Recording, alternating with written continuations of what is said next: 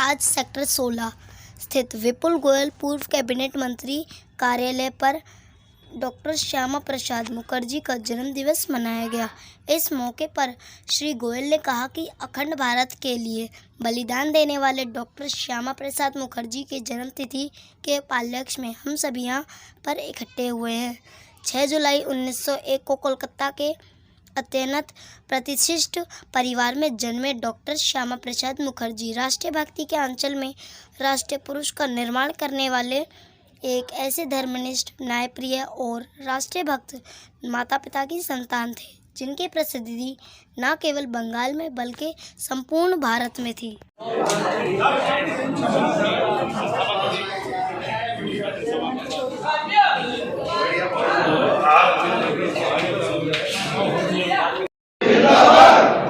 आज यहाँ श्यामा प्रसाद मुखर्जी की 120वीं जयंती की मैं आप सब लोगों को बहुत बहुत मुबारकबाद देता हूँ, बहुत बहुत शुभकामनाएं देता हूँ।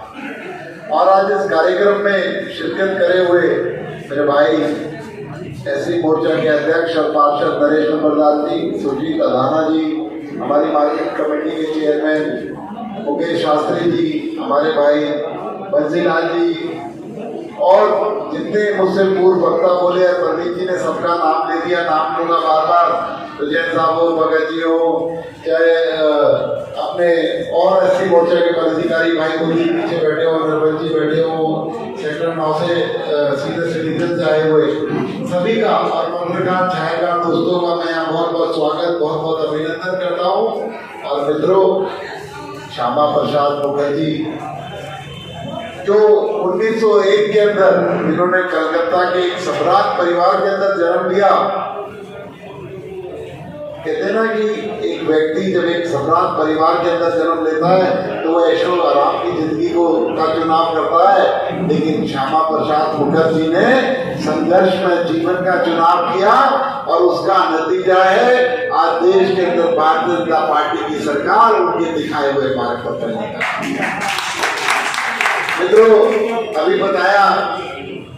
हमारे सीनियर सिटीजन सेक्टर 9 के प्रेसिडेंट साहब ने कि किस तरीके से श्यामा प्रसाद मुखर्जी जिस दल की सरकार थी उस दल का व्यक्ति ना होते हुए भी उन्हें उद्योग मंत्री भारत सरकार के अंदर बनाया गया, उनके व्यक्तित्व और उनकी काबिलियत की वजह से। और मित्रों, उन्होंने एक सपना देश को दिखाया था कि एक निशान, एक देश, एक निशान और एक संविधान होना चाहिए। और मित्रों, आज मुझे गर्व है, खुशी है कि आज हमारे देश के यशस्वी प्रधानमंत्री नरेंद्र मोदी जी और अमित भाई शाह जी ने मिलकर उस सपने को पूरा किया। आज कश्मीर से श्यामा प्रसाद मुखर्जी की जयंती है और उनके उपलक्ष्य में आज उनके यहाँ पे सभी की याद में उनके लिए फूल अर्पण किए गए उनकी याद में, तो क्या कहेंगे आप? देखिए, आज श्यामा प्रसाद मुखर्जी की 120वीं जयंती है और मुझे बहुत गर्व है कहने के अंदर कि श्यामा प्रसाद मुखर्जी का जो सपना था, एक देश एक विधान धारा 370 को हटाना, जिसके लिए उन्होंने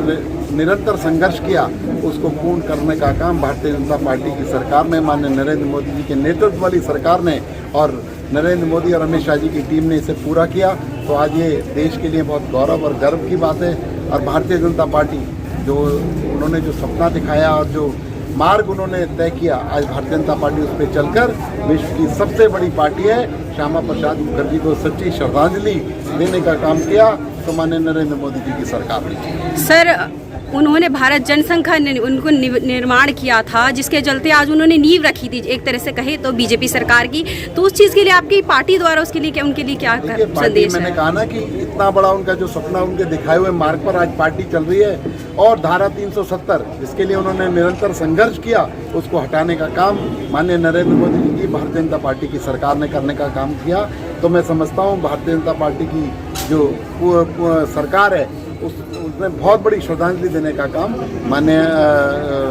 श्यामा प्रसाद मुखर्जी को देने का काम। सर, उनका सपना था कि 300 जो अनुच्छेद 370 हटा देना चाहिए, एक ही शासन होना चाहिए, उनका सपना पूरा हुआ। तो विश्व गुरु बनने का जो सपना है भारतीय जनता पार्टी द्वारा कब तक लगता है कि बन पाएगा? मुखर्जी के दिखाए हुए मार्ग पर चलकर